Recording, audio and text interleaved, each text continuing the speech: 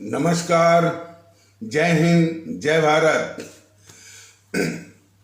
भारतीय अवाम ताकत दल अपने भारतीय भाई बहनों अर्थात अपने देश भारत की जनता अर्थात अपनी भारतीय अवाम से भारतीयता आधारित आपसी श्रद्धा, भारतीयता आधारित आपसी स्नेह, भारतीयता आधारित आपसी प्रेम, भारतीयता आधारित आपसी अखलाक मोहब्बत, भारतीयता आधारित आपसी सहयोग, भारतीयता आधारित आपसी सम्मान, भारतीयता आधारित आपसी एकता, भारतीयता आधारित आपसी भाईचारा तथा भारतीयता आधारित आपसी सद्भाव को समझने व उसे आत्मसात करके वैसा ही और उसी अनुसार आचरण एवं व्यवहार करने हेतु और इसके समस्त भारत में प्रचार प्रसार करने हेतु और इसके अहमियत और महत्व को प्रत्येक देशवासी को समझाकर उसे अपनाते हुए वैसा ही और उसी अनुसार आचरण एवं व्यवहार करने हेतु और प्रत्येक देशवासी को अपना ही भारतीय भाई बहन मानकर, समझकर, अपनाकर उनके साथ वैसा ही और उसी अनुसार आचरण एवं व्यवहार करने हेतु सतत, सदैव और हमेशा अदब के साथ, आदर के साथ अर्ज करता है, विनती करता है। सर्वप्रथम ये इस विषय में थोड़ी चर्चा करनी आवश्यक है कि जो यूक्रेन और रूस के विषय में इन दोनों के बीच में जो युद्ध चल रहा है वह एक बात तो सिखाई रहा है कि भारत को अपनी ताकत बढ़ानी चाहिए। अब वो ताकत पहले वो आर्थिक ताकत के रूप में आती है, इसके बाद सैन्य ताकत, इसके बाद राजनीतिक ताकत और फिर इसके बाद चारित्रिक ताकत। तो लेकिन ये ताकत तभी बढ़ सकती है जबकि देश के अंदर हमारे जो भारत के जो दुश्मन हैं उनका खात्मा हो। लेकिन अफसोस की बात, जो भारत के दुश्मन हैं हमारे आदरणीय भारतीय भाई बहनों, हमारे आदरणीय भारतीय आवाम को बरगला करके और उनमें उनको झूठ और अफवाह का शिकार बना करके उनको मानसिक गुलाम बना करके सत्ता पर कब्जा हो रही है। जिस प्रकार अंग्रेज, हालांकि उसमें लोकतंत्र नहीं था, अंग्रेज जो है सत्ता पर काबिज थे, जो कि हमारे और इस देश के दुश्मन थे। उसी प्रकार अब ये ताकतें यानी हमको आपको जो है बरगला करके झूठ और अफवाह का शिकार बना करके मानसिक रूप से गुलाम बना करके सत्ता पर काबिज हो रहे हैं। और सत्ता पर काबिज होकर के सारे वो जो है कुकर्म कर रहे हैं जो अंग्रेज क्या करते थे और अपने कुकर्मों को वो उचित ठहराने के लिए हर एक मशीनरी का दुरुपयोग कर रहे हैं। तो जो ये युद्ध हो रहा है इसमें रूस और यूक्रेन में, और ये भी बताया गया है कि रूस जो है भारत का एक विश्वास पात्र, जरूरत का साथी, भरोसेमंद साथी, और जब भी भारत को जरूरत पड़ी और खास करके कश्मीर मुद्दे पर, और यही अमेरिका, यही इंग्लैंड भारत को जो है माने घेरने के लिए कश्मीर मुद्दे पर, वरना ये दोनों मिलकर के वो यूक्रेन बना दिया होते कभी का। इसी रूस ने वीटो पावर का प्रयोग करके भारत को बार बार बचाया है। और यदि पूरी गाथा का वर्णन किया जाए कि कैसे कैसे उसने रक्षा की है, और सबसे अधिक रक्षा के उपकरण भी जो है रूस से ही आए हैं। रूस जब भी रक्षा का उपकरण देता है तो उसकी तकनीकी भी देता है कि भारत खुद विकसित करे। वहीं पर अमेरिका जब जब जब रक्षा का उपकरण देगा तो वो तकनीकी नहीं दे, वो आपको देता है ताकि आप आत्मनिर्भर आप बन जाए। ये उसकी बेईमानी रहती है अमेरिका और पश्चिमी देशों की। लेकिन वहीं पर रूस जो है वो रक्षा का उपकरण के साथ साथ तकनीकी भी देता है ताकि ये देश जो है उसको सीख करके आत्मनिर्भर बन जाए। तो हमेशा से उसका दिल खोल करके सहायता करने का रहा है। और खास करके वो 1971 का जो युद्ध था भारत और पाकिस्तान के बीच में, और पाकिस्तान को भारत ने बहुत बुरी तरह धूल चटाया था। उसके 95,000 सैनिकों को आत्मसमर्पण करवाने को मजबूर किया। और पाकिस्तान की जो सबसे शर्मनाक जो हार की उसके 95,000 सैनिक जो है भारतीय सेना के आगे आत्मसमर्पण या सरेंडर किए थे। तो इतनी बुरी हार को जो पाकिस्तान जो झेल रहा था, उस दुश्मन पाकिस्तान के पक्ष में उसकी ओर से उसको बचाने के लिए इसी अमेरिका ने अपना सबसे बड़ा 7वां बेड़ा, जिस पर कि 70 लड़ाकू जहाज होते हैं, फाइटर होते हैं, वो भेज दिया। और वो जो 7वां बेड़ा वो बंगाल की खाड़ी में, और उसी के साथ साथ ब्रिटेन ने भी जो है अपना एक बहुत बड़ा बेड़ा अरब सागर में, और जो ये अमेरिका का बेड़ा था वो बांग्लादेश के जो इसमें तो बांग्लादेश है, लेकिन उसमें पूर्वी पाकिस्तान के चितगांव में वहां से वो अटैक करने के लिए या आक्रमण करने के लिए जो है वो बेड़ा आया था। यानी भारत को घेरने के लिए भी, धमकाने के लिए भी। उसी वक्त जो है रूस ने अपनी जो है ये परमाणु पनडुब्बियां पूरा यानी बंगाल की खाड़ी में भी और अरब सागर में भी भेज दिया। तब ये डर के मारे ये अमेरिका अपने विश्व के सबसे बड़े 7वें बेड़ा के साथ, और ब्रिटेन भी अपने बेड़े के साथ दुम दबा करके वापस हुए। तो उस वक्त भी ये रूस जो हमारा जो यानी भरोसे का साथी है, उसने उस वक्त भी भारत को इतने बड़े खतरे से जो कि ये सब यानी भारत को धमकाने के लिए पाकिस्तान की ओर से ये सब बेड़ा भेजे थे, अमेरिका वालों ने भी और ब्रिटेन वालों ने भी। तो रूस का एक भारत के साथ एक इतिहास रहा है मित्रता को निभाने का, और वक्त का साथी, जरूरत का साथी और भरोसेमंद साथी। आज जब उसको जरूरत पड़ी है तो खैर मोदी जी की वैसे कोई भी देशभक्त होता तो वो खुल करके वो साथ देता रूस का। कोई जरूरत नहीं है इसे जो धोखेबाज जो पश्चिमी देश और अमेरिका की, तो खुल करके साथ देने की आवश्यकता थी। तो कोई बात नहीं है, भारत में एक जो है एक उदासीन निष्पक्ष कि न तो यूक्रेन की ओर से और ना तो रूस की ओर से जो है वो उसने अपना एक स्टैंड लिया हुआ भारत ने। रूस इसी पर काफी आभारी है कि भारत ने कम से कम एक न्यूट्रल स्टैंड लिया हुआ है। लेकिन ये मीडिया इस देश का वो भारत का बहुत बड़ा शत्रु है। देखिए, मीडिया के विषय में भारतीय जनता दल कई बार बताया हुआ है, यह देश का बहुत ही खतरनाक शत्रु है। ये मीडिया, खास करके इलेक्ट्रॉनिक मीडिया, यह पश्चिमी मीडिया से मिल करके जितना भी यानी वो रूस विरोधी समाचार को बड़े वो मुलम्मतदार ढंग से यानी हमारे भारतीय भाई बहनों के ऊपर सब ये यानी पश्चिमी मीडिया द्वारा रचित जो है रूस विरोधी खबरों को ये सब जो है डाल रहे हैं, यानी हमारे आपके सर पर।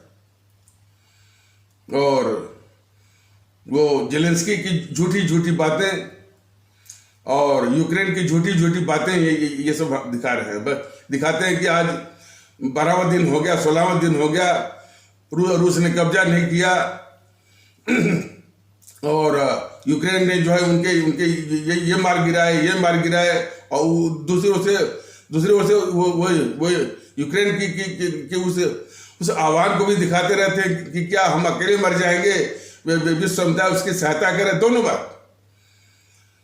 और जेलेंस्की की वो झूठी बात कि हम तो इसी यानी यूक्रेन में है, जबकि यूक्रेन या जो उसकी राजधानी की उससे पहले ही वो भाग चुका है।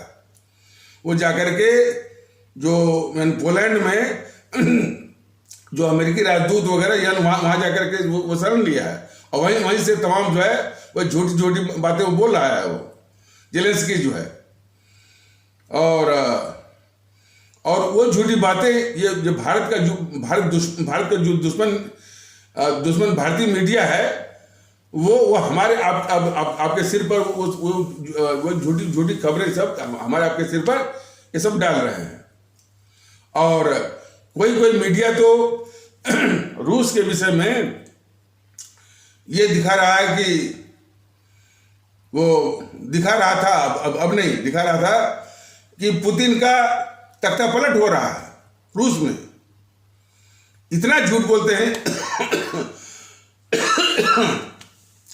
और प्रश्न झूठ तक ही नहीं है, ये भारत विरोधी मीडिया जो है भारत के जितने भी विश्वासपात्र मित्र हैं, भारत के ऊपर यानी जो जितने भी भरोसेमंद विश्वासपात्र माने वो मित्र हैं, उनका भरोसा तोड़ने के लिए ये भारत के जितने भी मीडिया हैं वो पश्चिमी मीडिया से ये षड्यंत्र कर रहे हैं कि कोई भी देश जो है भारत का भरोसे का साथी न रह पाए। ये दुश्मनी साध रहे हैं भारत के मीडिया। तो पहले दिखा रहे थे कि पुतिन के खिलाफ जो है वो तख्ता पलट हो रहा है, ये है वो है। कुछ ही दिन बाद वो मजबूर हो गए दिखाने के लिए कि पुतिन जी का जो लोकप्रियता का जो ग्राफ है वो बढ़ रहा है। तो भारतीय जनता दल ने ये पहले भी बताया कि हमारे ये कितना बड़ा दुर्भाग्य है कि किसी देश में जो राजनीतिक पार्टियां हैं हमारे समाज को तोड़ करके हमको आपको झूठ और अफवाह का शिकार बना करके और बरगला करके हमको मानसिक रूप से गुलाम बना करके हमसे आपसे जो है वोट छीन रहे हैं, सत्ता वो हथियार है। और उसी प्रकार ये मीडिया जो इस देश की बहुत ही खतरनाक किस्म के दुश्मन है।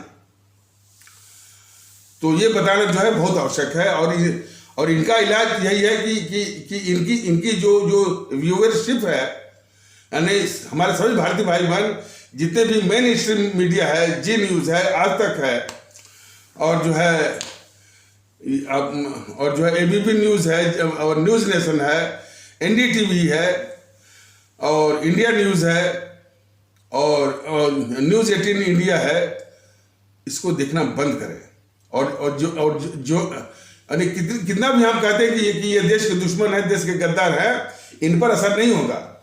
लेकिन जब इनका आप जो है देखना बहिष्कार करेंगे, इनको देखने वालों की संख्या घटेगी, इनके आर्थिक चोट मिलेगी, तब इन पर असर होता है।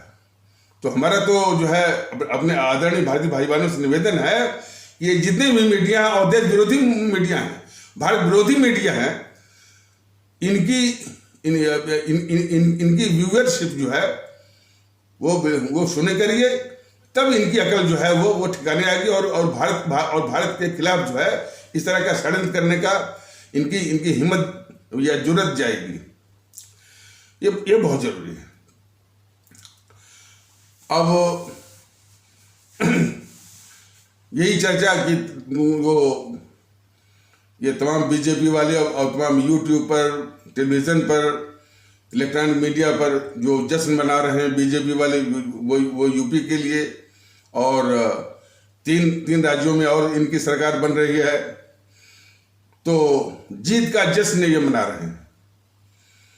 अब सवाल है कि एक बीजेपी, जैसा कि ठीक इसके पीछे वाले एपिसोड के माध्यम से बताया गया था कि वो बीजेपी वाला हमसे व्यक्तिगत रूप से या फोन ऑन करके पूछ रहा था कि क्यों बीजेपी की जीत पर आप खुश नहीं है क्या।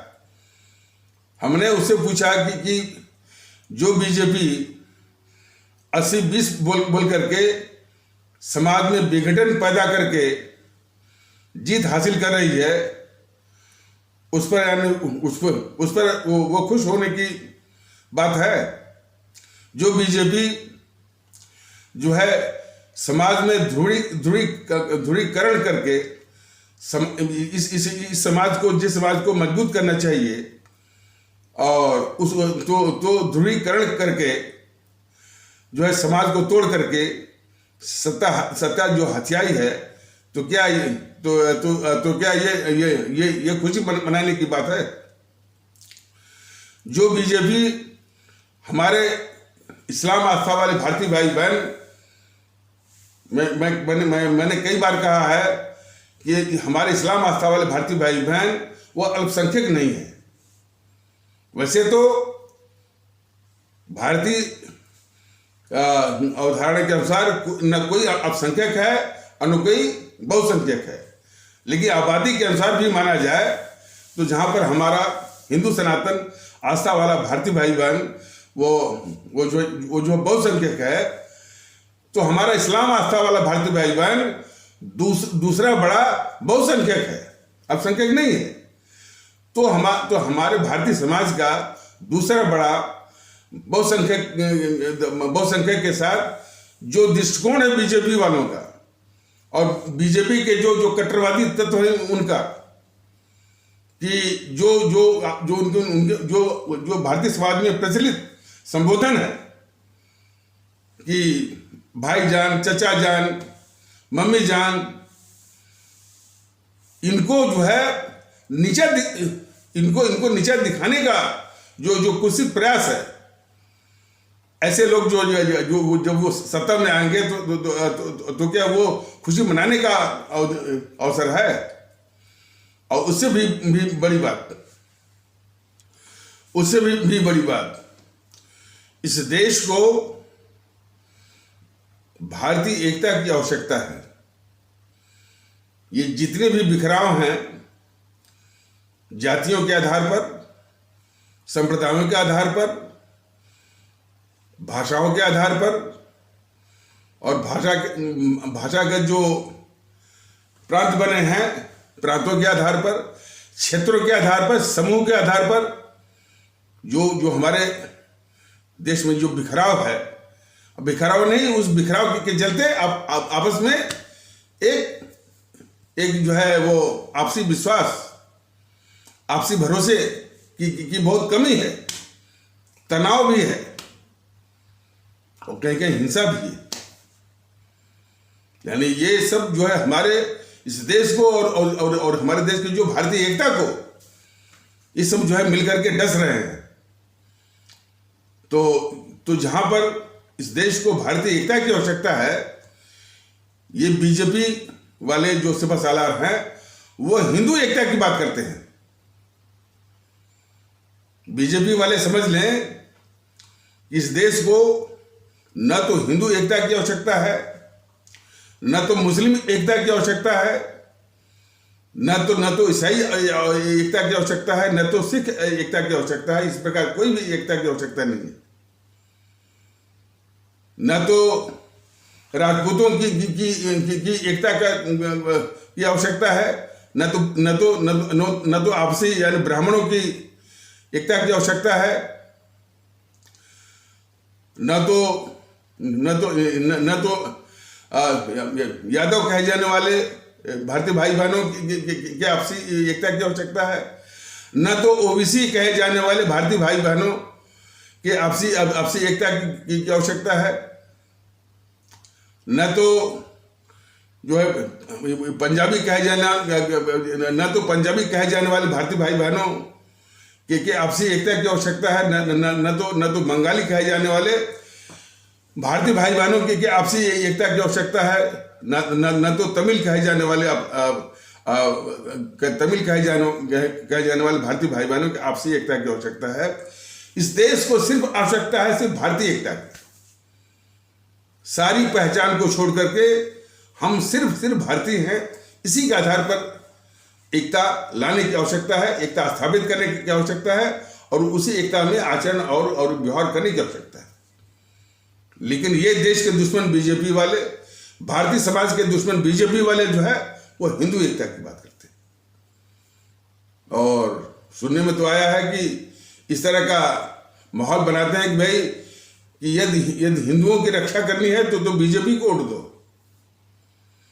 इस तरह का एक माहौल जो पैदा किए हैं, ये ठीक उसी तरह से भारत विरोधी माहौल है कि ये जो जेएनपीसी है, कांग्रेस जो है, हमारे इस्लाम आस्था वाले भारतीय भाई बहनों में कि यदि जेएनपीसी यदि इस्लाम आस्था वाले भारतीय भाई बहनों को बचाना है और उनकी रक्षा करनी है तो इस जेएनपीसी को वोट दो। और इतनी गलत अवधारणा हमारे इस्लाम आस्था वाले भारतीय भाई बहनों में भरी गई है कि हालांकि भारतीय जनता दल ने इस जो विशाला वातावरण जेएनपीसी ने 60-70 सालों से भरा और फिर इसके बाद ये बीजेपी वाले जो भर रहे हैं उसको दूर करने का जो कम से कम ये 3 साल से या पौने 3 साल से जो प्रयास कर रहा है ये भारतीय जनता दल, उसका कुछ या काफी असर हुआ है। लेकिन जो जेएनपीसी ने जो भाव भरे हैं कि यदि जेएनपीसी ने और जेएनपीसी के बाद जो उसके जच्चे बच्चे रहे हैं, जो उसी के पद चिन्ह पर चलने वाले उन्हीं के जो डिजेनरेटिव प्रोडक्ट्स रहे हैं, जैसे कि समाजवादी पार्टी के लोग, राष्ट्रीय जनता दल के लोग, तृणमूल कांग्रेस के लोग और बहुजन समाज पार्टी के लोग और ये नेशनलिस्ट कांग्रेस पार्टी एनसीपी के लोग जो है, उसी प्रकार जो है हमारे इस्लाम आस्था वाले भारतीय भाई बहनों के तबके में वही भाव भरे हैं कि यदि जो है सुरक्षित रहना है तो बीजेपी का विरोध करो। और इस कदर ये एजेंडा काम किया कि भाई यानी सारे मुद्दों को छोड़ करके हमारे इस्लाम आस्था वाले भारतीय भाई बहनों में एक ही मुद्दा भरा गया कि ये जो है बीजेपी को हराना है। उनको ना अपनी शिक्षा की चिंता रही, ना अपने स्वास्थ्य की चिंता रही, ना कैसे हम सामाजिक रूप से, शैक्षणिक रूप से हम अपना उत्थान करें, इसकी भी चिंता नहीं रही। बस एक ही मुद्दे पर जो है उनको यानी एक ही मुद्दे पर उनका शोषण किया गया और उनमें ये भाव भरा गया और उनका इस मानसिक दोहन किया गया कि बीजेपी को हराना है। इस तरह से यह लोकतंत्र चल रहा था जो है इन देश विरोधी ताकतों जेएनपीसी वगैरह के द्वारा। ठीक उसी प्रकार देश विरोधी जो ये मानसिकता है बीजेपी वालों की, अब जो हमारे हिंदू सनातन आस्था वाले भारतीय भाई बहनों को डरवा रहे हैं कि यदि हिंदू सनातन की रक्षा करनी है तो बीजेपी को वोट दो। तो इस तरह के जो तंजीमें हैं, संगठन हैं, जेएनपीसी वाले, समाजवादी पार्टी वाले, तृणमूल कांग्रेस वाले और राष्ट्रीय जनता दल वाले, बहुजन समाज पार्टी वाले, नेशनलिस्ट पार्टी वाले और अब जो ये बीजेपी वाले जो हमारे हिंदू सनातन आस्था वाले भारतीय भाई बहनों को जो डरवा रहे हैं, ये पक्के देश के दुश्मन हैं। ये सभी हमारे सभी आदरणीय भारतीय भाई बहन बिल्कुल अच्छी तरह से इनको ये पहचान लें। तो जो ये खुशी मना रहे हैं जीत पर, जो है बीजेपी वाले जो विधानसभा के जो चुनाव हुए हैं और 5 राज्यों में से 4 राज्यों में इनकी जो जीत हुई है, ये सवाल उनसे पूछा जाना चाहिए कि वो भले उन्होंने सत्ता हथिया ली और सत्ता हथियाने में जो मदान होकर के और पूरे माने अहंकार में मदान होकर के जो खुशी मना रहे हैं, ये सवाल उनके ऊपर है कि यह देश उनकी जीत पर जो है वो कैसे खुशी मना सकता है।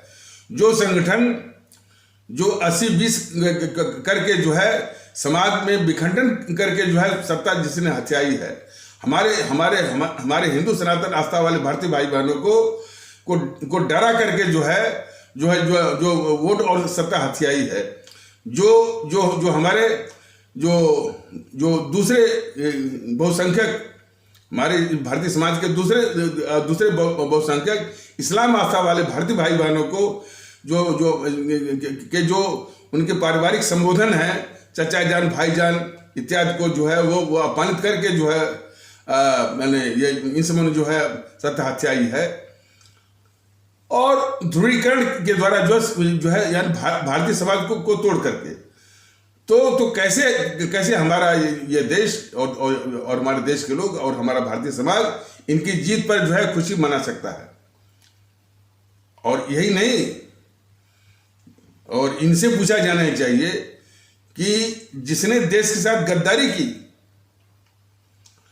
खालिस्तानियों के साथ जिनके संबंध की जानकारी है, खालिस्तानियों के साथ जो है संबंध के खुलासे हुए, और उससे भी ऊपर भारत तेरे टुकड़े होंगे, भारत की बर्बादी तक जंग जारी रहेगी, उस घोर गद्दार कन्हैया कुमार का समर्थन करने वाले गद्दार ये केजरीवाल जो है वो सरकार बना रहे हैं, वो जीत का जश्न मना रहे हैं। वो पंजाब के विधानसभा चुनाव के जीत पर तो बीजेपी वाले बताएं और योगी और मोदी जी बताएं कि क्या खालिस्तान समर्थक और जो है भारत तेरे टुकड़े होंगे, भारत की बर्बादी तक जंग जारी रहेगी, उनके समर्थक की जब ये जीत होती है और यानी भारत के गद्दारों की जीत होती है, तो क्या यह देश जो है वो खुशी मनाए उसको। इसके पहले शिवसेना जो है, कभी शिवसेना की गुंडई तो आप देखिए, पहले जो है वो नारा दिया करते थे कि इस महाराष्ट्र से जो है वो दक्षिण भारतीयों को और दक्षिण भारतीयों को बोलते थे लुंगी वाले। तो ये शिवसेना वाले जो है हमारे दक्षिण के भारतीय भाई बहनों को भगाने का जो है वो नारा देते थे, षड्यंत्र करते थे। तो कभी हमारे इस्लाम आस्था वाले भारतीय भाई बहनों को भगाने का या उनके खिलाफ जो है नारा देना या षड्यंत्र करना। हमारे उत्तर प्रदेश के, बिहार के और उत्तर भारतीय के खिलाफ नफरत फैलाना, नारा देना, भगाने की बात करना, ऐसे संगठन भी हमारे इसी देश में लोगों का वोट पाए हैं और उनको समर्थन मिला है, उन्होंने सत्ता भी हथियाई है। तो क्या हमारा ये देश शिवसेना जैसे इस समाज को तोड़ने वाले जो है उनकी जीत पर जो है जश्न मनाए? ये तमाम सवालात जो है ये इस बीजेपी से ही जो है वो पूछा जाना चाहिए। जिस प्रकार ये मोदी जी जब वो तृणमूल कांग्रेस की ममता बनर्जी ने उसी दबंगई और गुंडागर्दी, माफियागिरी ये बूते जो है पिछले साल का पश्चिम बंगाल विधानसभा में को जीती थी, ये मोदी महोदय सबसे पहले वो जो है यानी भारत विरोधी जो ताकत है, ये ममता बनर्जी को ये सबसे पहले इन्होंने उसको धन्यवाद दिया था। तो क्या उसकी जीत पर हमारा देश जो है वो खुशी मनाए?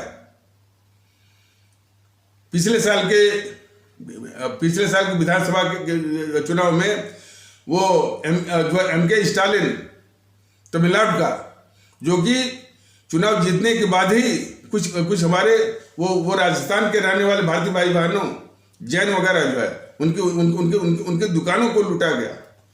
तो इस तरह से जो है नफरत फैलाने वाला जो डीएमके की जीत पर क्या यह देश जो है वो खुशी मनाए? ये सारे सवाल सबसे पहले बीजेपी वालों से मोदी से, योगी से पूछा जाना चाहिए।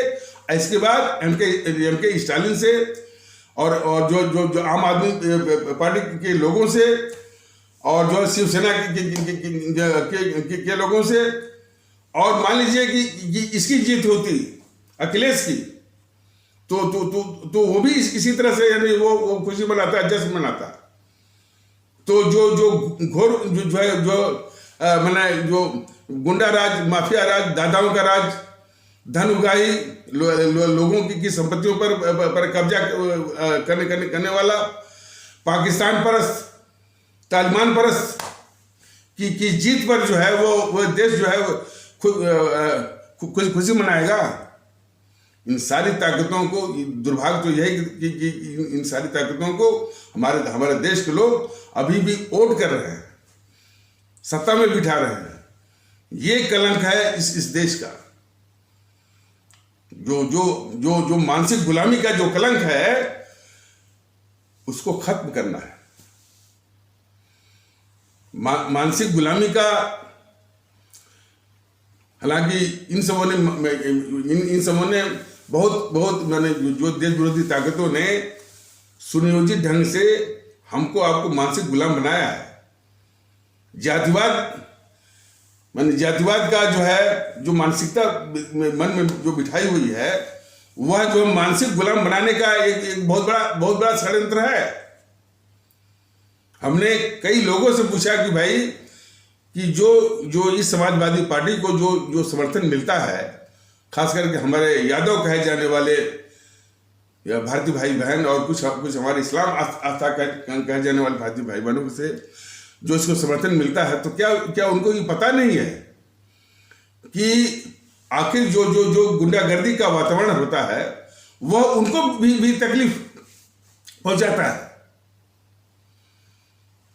मैंने समाजवादियों की जो गुंडागर्दी है, ऐसा नहीं कि वो जो हमारे यादव कहे जाने वाले भारतीय भाई बहनों को वो छोड़ देगा, वो हमारे इस्लाम आस्था वाले भारतीय भाई बहनों को वो छोड़ देगा। वो किसी एपिसोड के माध्यम से बताया भी गया था कि जिस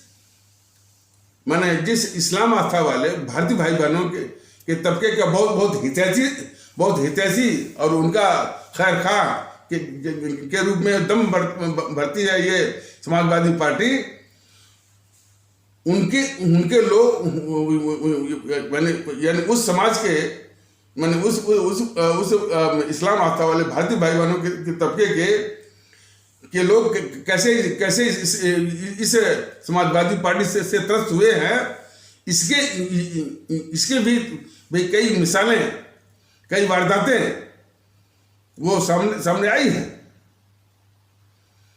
ये बताया गया था और ये तथ्य, ये हकीकत जो है वो पिछले किसी एपिसोड में बोला गया था। लेकिन फिर भी जब भी आवश्यकता होगी तो इसी तरह से वो बताया जाएगा कि लखीमपुर खीरी एक जिला है उत्तर प्रदेश का, और उसमें एक तहसील है निघासन में हमारे इस्लाम आस्था वाले भारतीय भाई बहनों की 2 बच्चियां थी स्कूल में पढ़ने वाली। ये समाजवादी पार्टी के गुंडों की गुंडई से तंग आकर के उन इस्लाम आस्था वाले भारतीय भाई बहनों के तबके की स्कूल जाने वाली बच्चियां जो है बच्चियों ने आत्महत्या की है। ये भी एक जो है वो सच्चाई है। कौन? जिनके खैरखा होने का, जिनके हितैषी होने का, जिनके हितों की रक्षा का दम भरने वाली ये समाजवादी पार्टी समाजवादी पार्टी के गुंडों के द्वारा। तो इस तथ्य को हमारे सभी भारतीय भाई बहन, अब विशेष करके जो इस समाजवादी पार्टी के मोह माया जाल में फंसे हुए हमारे इस्लाम आस्था वाले भारतीय भाई बहन हैं, वो भी अच्छी तरह से वो समझ लें। और दूसरा वाक्य तो वो मेरी आंखों के सामने क्या था। हम जो है किसी प्रचार बस या किसी काम पर जो है जौनपुर जिले की और जौनपुर वो में एक वो पड़ती है तहसील मणियाहू। तो उसमें एक गांव का नाम तो याद नहीं पड़ रहा है। तो एक वाकया ये ऐसा था कि वो इस्लाम आस्था वाले भारतीय भाई बहनों का एक परिवार था, वो भूमिहीन था, यानी उसके पास भूमि थी ही नहीं। तो उसको सरकारी जमीन या ग्राम समाज की जमीन जो है वो आवंटित हुई थी। उस इस्लाम आस्था वाले भूमिहीन भारतीय भाई बहन को ग्राम समाज की आवंटित जमीन पर उसको मौके पर कब्जा नहीं मिला था। क्यों? यही समाजवादी पार्टी के गुंडे जो है वो कब्जा करके बैठे हुए थे और जो जिनको भूमि आवंटित हुई थी उसको कब्जा नहीं मिल पा रहा था। वो हमारे इस्लाम आस्था वाले भारतीय भाई बहन वो इलाहाबाद हाईकोर्ट भी गए थे, वहां से भी आदेश लाए। उस आदेश का भी असर नहीं हुआ। तो हमारे साथ में हमारे भारतीय आवाम ताकत दल के महामंत्री थे, अब अभी भी हैं, समानाथ यादव, और पेशे से वो वकील हैं। तो हमने कहा वकील साहब उसको आप देखिए और जिस भी अधिकारी से मिलिए उसे काम करवाइए और हमारी ये आवश्यकता होती है बताइए। तो मैं किसी भी अधिकारी को मैं बोल सकता हूँ, चाहे वो डिस्ट्रिक्ट मजिस्ट्रेट हो, चाहे वो इस प्रदेश का चीफ सेक्रेटरी हो, लेकिन इस केस को परसू करिए और जो है और ये राहत में जो है इस परिवार को आप दिलवाइए। समानाथ यादव महामंत्री जो पेशे से वकील थे, कहा सर इस केस को मैं देख चुका हूं, लेखपाल से लेकर के डिस्ट्रिक्ट मजिस्ट्रेट तक सबका बस एक ही कहना है कि सर आपका केस जस्टिफाइड है, उचित है, लेकिन आपसे विनती है कि बस इस सरकार को बदलने दीजिए, काम आपका हो जाएगा। इस कदर जो है गुंडागर्दी की जो दहशत थी कि ये कानूनी रूप से संभव और भूमिहीन हमारे इस्लाम आस्था वाले भारतीय भाई बहनों की जमीन को जो है यही समाजवादी पार्टी के गुंडे जो है मौके पर कब्जा नहीं होने दे रहे थे, और वो भी इलाहाबाद हाईकोर्ट के आदेश के बाद भी। तो हमारे सभी इस्लाम आस्था वाले भारतीय भाई बहन बहुत अच्छे तरह से समझ ले कि ये हमारे इस्लाम आस्था वाले भारतीय भाई बहनों का हितैषी ये समाजवादी पार्टी नहीं है।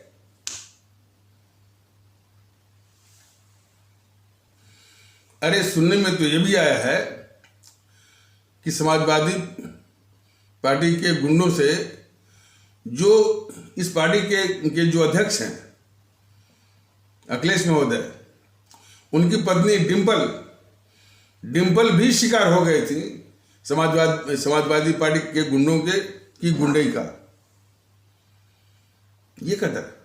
इस कदर जो है ये जो गुंडई का और माफिया का वो असर है। अरे लोग तो कह रहे हैं कि जब ये प्रचार कर रहा था अखिलेश, वो कह रहा है कि ए पुलिस वाले, ये वीडियो में ए पुलिस वाले ऐसे बात करते हैं। तुम जनता के प्रतिनिधि हो, ऐसे बोलते हो कि ए पुलिस वाले और तुमको मैं देखूंगा और मैं आ रहा हूं। सामने से गुंडई,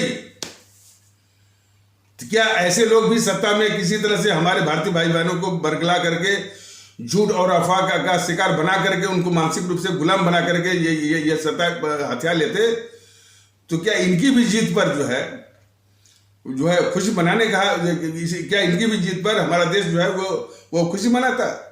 ये सारे सवालात इन बीजेपी वालों से और योगी मोदी से भी जो है किया जाना चाहिए। और सबसे बड़ी बात कि ये जो भारत विरोधी जो शक्तियां हैं, जो कि न कि ये जो है राजनीतिक दलों के वेश में हैं, ये और रूपों में है, और रूपों में है, जो है मीडिया का एक तबका है उसके भी रूप में है, बौद्धिक वर्ग का एक तबका है उसके भी रूप में है,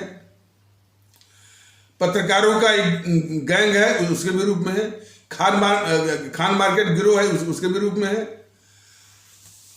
तो ये जो है भारत विरोधी हमेशा जो है प्रचार दुष्प्रचार तमाम इनकी गतिविधि हमेशा ये चल रही है भारत के खिलाफ, इस भारत के अंदर भारत के खिलाफ। ये सारी ताकतें मोदी महोदय के संरक्षण में चल रही हैं। कौन मोदी? जो कि अपने को राष्ट्रवादी कहते हैं।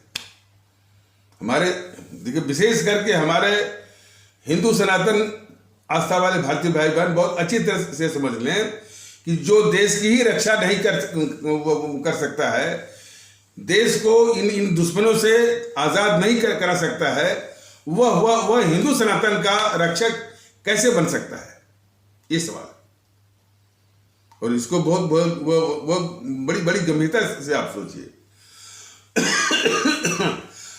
जो भारत विरोधी ममता बनर्जी जो कि पिछले साल चुनाव के दौरान सरेआम कह रही थी कि यदि मैं जीत जाऊंगी तो उत्तर प्रदेश के गुंडे, बिहार के गुंडे, गुजरात के गुंडों को मैं पश्चिम बंगाल से मैं बाहर कर दूंगी।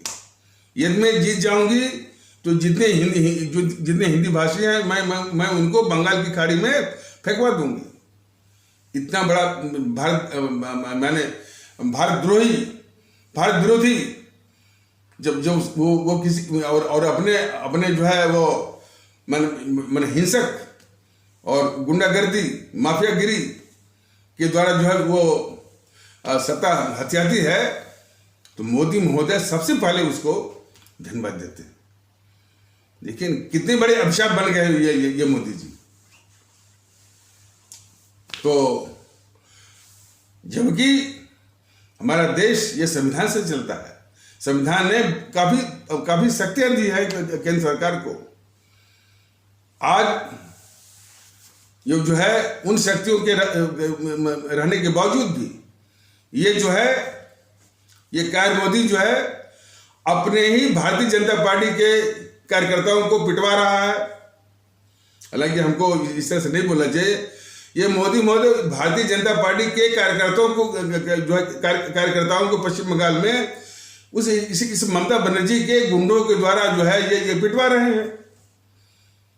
राज्यपाल एक संवैधानिक हस्ती होती है जिसका कि प्रोटोकॉल के अनुसार जो है वो चौथा स्थान होता है, और मुख्यमंत्री का प्रोटोकॉल के अनुसार जो है वो 14वां स्थान होता है। एक का चौथा स्थान, एक का जो है वो जो है 14वां स्थान। आज मोदी महोदय की कायरता या अराजक उनका शासन और उनकी निकम्मापनी कि ये राज्यपाल वर्सेस मुख्यमंत्री पश्चिम बंगाल ये शुरू कर दिए हैं। और वैसा ही झगड़ा जो है और वैसा ही जो है ये वो घिनौना दृश्य जो है वो केरल में जो राज्यपाल हैं आरिफ मोहम्मद खान और मुख्यमंत्री विजयन, तो इस तरह का जो है तांडव कि राज्यपाल, बताइए, मुख्यमंत्री की कभी वो हिम्मत है? लेकिन सारी ताकतें उनको दिलाने वाले एक कार्य मोदी महोदय है, जबकि देश के संविधान ने वो ताकत दी है कि केंद्र सरकार को धारा 356 के लिए। और यही नहीं, इस तरह की आग में जो घी डालने का काम करते हैं बीजेपी के शिवा सालार, ये सारा जो है सिर्फ उनको अवगुणों का बखान करेंगे, ममता बनर्जी के अवगुणों का बखान करेंगे, और जो है ये विजयन के अवगुणों का बखान करेंगे, गहलोत के अवगुणों का बखान करेंगे। लेकिन इनका इलाज और इनका इलाज करने की जो जिम्मेदारी है मोदी जी की, इस पर नहीं बोलेंगे सर।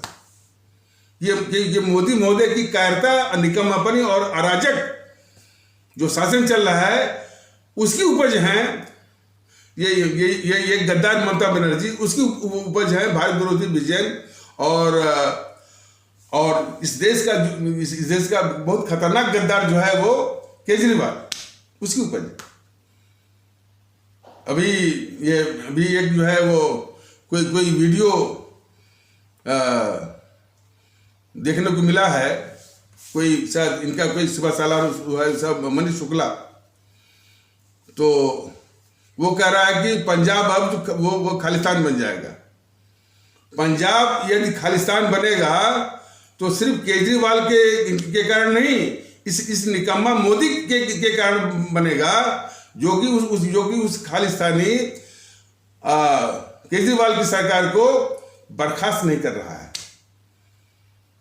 यदि पश्चिम बंगाल यदि बांग्लादेश बन जाएगा तो वह ममता बनर्जी के कारण नहीं, बल्कि इस कायर मोदी के कारण, जो कि उस ममता बनर्जी की सरकार को बर्खास्त नहीं कर रहा। ये कायर मोदी। राहुल गांधी इस देश के साथ गद्दारी करता है तो अकेले राहुल गांधी वो जिम्मेदार नहीं है। देश के साथ गद्दारी करने का पूरा मौका, पूरी सुविधा जो है ये मोदी जी है। तो राहुल गांधी की गद्दारी पर जो लोग गुस्सा करते हैं, हालांकि ये बीजेपी वाले राहुल गांधी को देश का गद्दार के रूप में तो कभी पेश करते ही नहीं है। वो कितनी भी गद्दारी कर जाए, लेकिन बीजेपी वाले राहुल गांधी को देश का गद्दार नहीं मानते। ये तो सबसे बड़ी गद्दारी है बीजेपी वालों की है कि इस जेएनपीसी की गद्दारी को किस तरह से ढकते हैं, और ये सब गद्दार के रूप में न जाने जाए, बेनकाब ना हो, इसकी भी साजिश करते हैं। और जेएनपीसी से इनको इतना प्यार है, इतना मोहब्बत है कि जेएनपीसी के द्वारा लूट करके जो काला धन है विदेशों में, उसकी भी रक्षा कर रहे हैं मोदी जी, और कहते हैं कि हम राष्ट्रवादी हैं। इन खतरनाक राष्ट्रवादियों से इस देश को आजाद कराना है, वो मुक्ति दिलाना है हमको। जो है वो हम सभी भारतीय भाई बहनों को शहीद आजम भगत सिंह के उस चेतावनी को हमेशा याद करना है कि इन अंग्रेजों का खात्मा करना है। अफसोस कि ये 3 चुनावों से, मैंने जो ये चुनाव हुआ था, इसमें 2020 में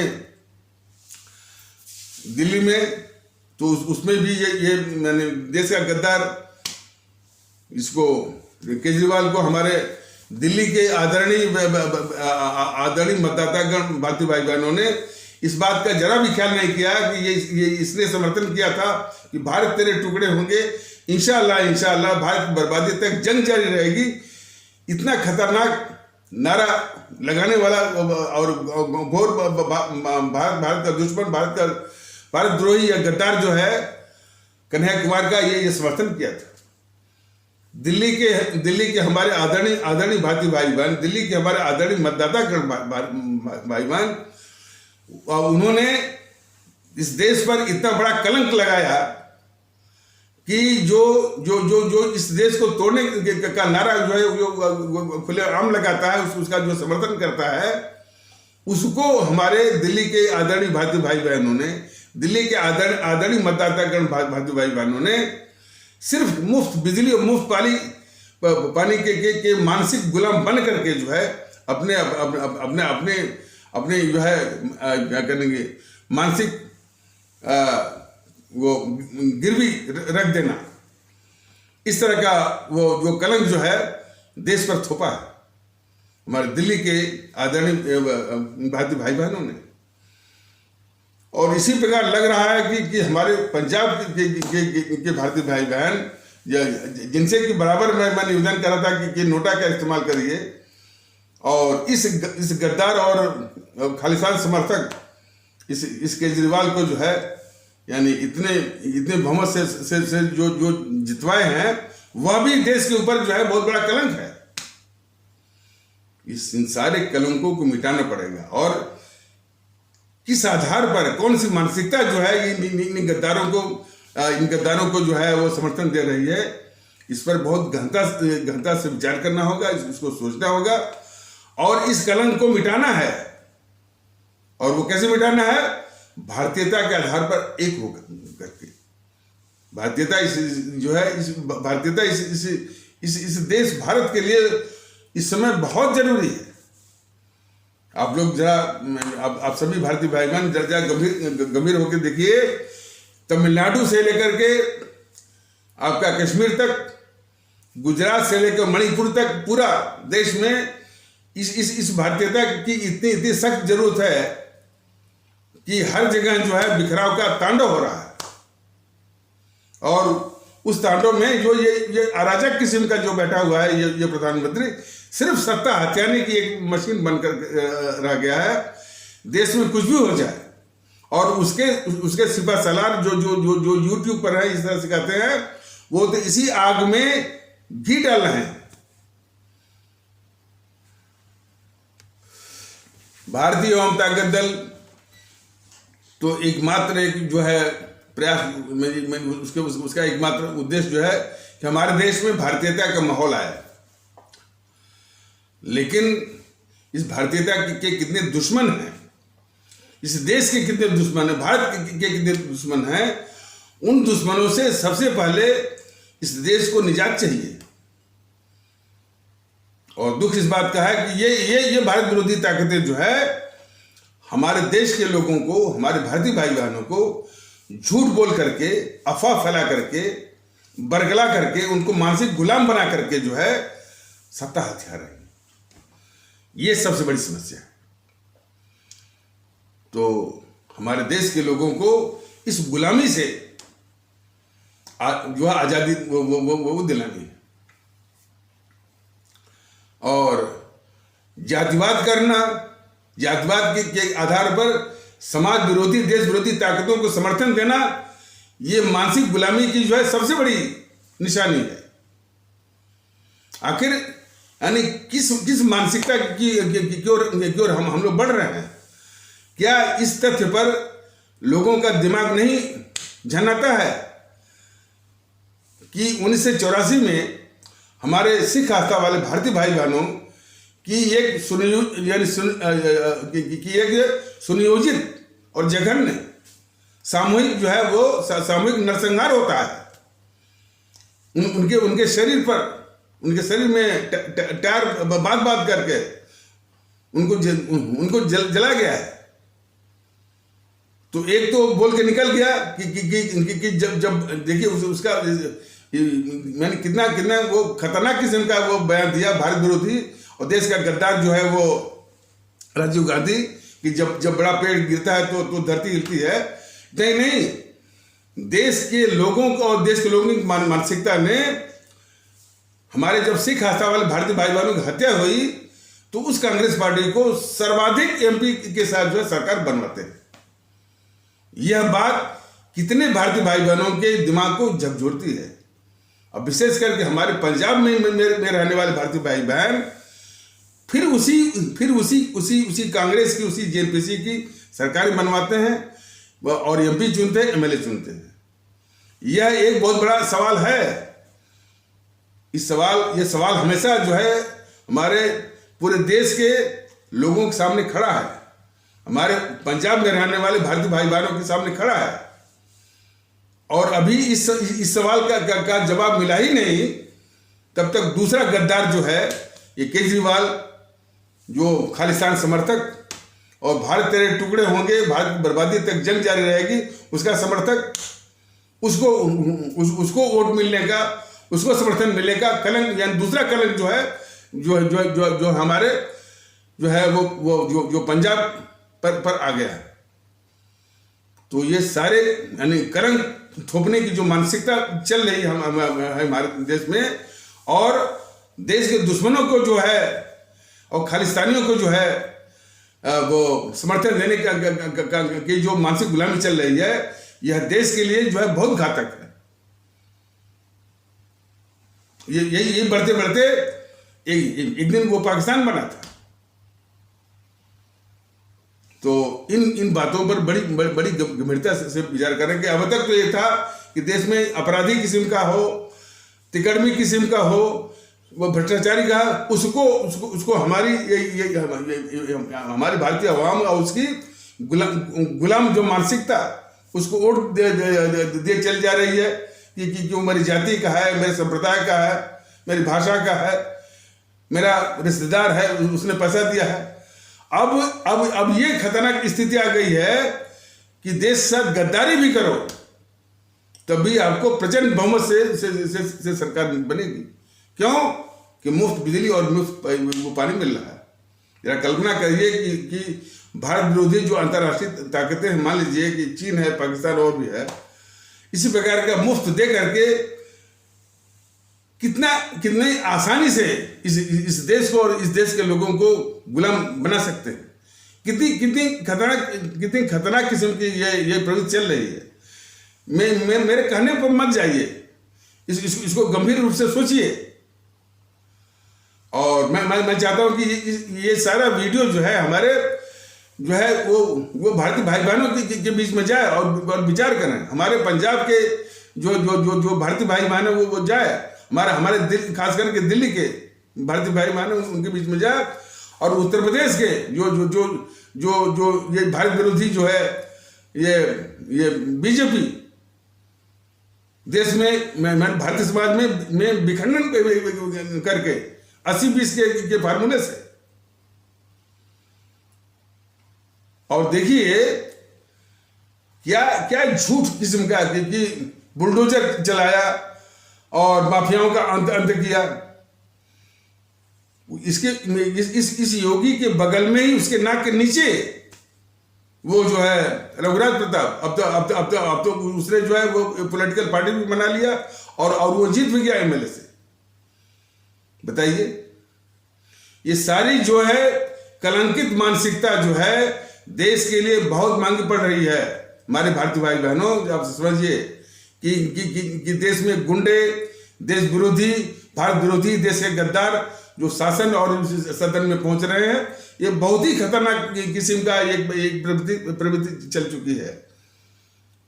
ये सारी जो है मानसिक गुलामी की परिधि से, उसके दलदल से बाहर आना होगा। और सबको जो है, और इस तरह की मैं समझता हूं कि कम से कम 9 से 30 या 9 से 40 के आसपास जो है ये वीडियो जो है यानी हो गया होंगे 9 से 30 सारे वीडियो को हमारे सभी भारतीय भाई बहन बहुत अच्छी तरीके से, और लिंक भी आपको मिल भी जाएगा, उसको देखिए।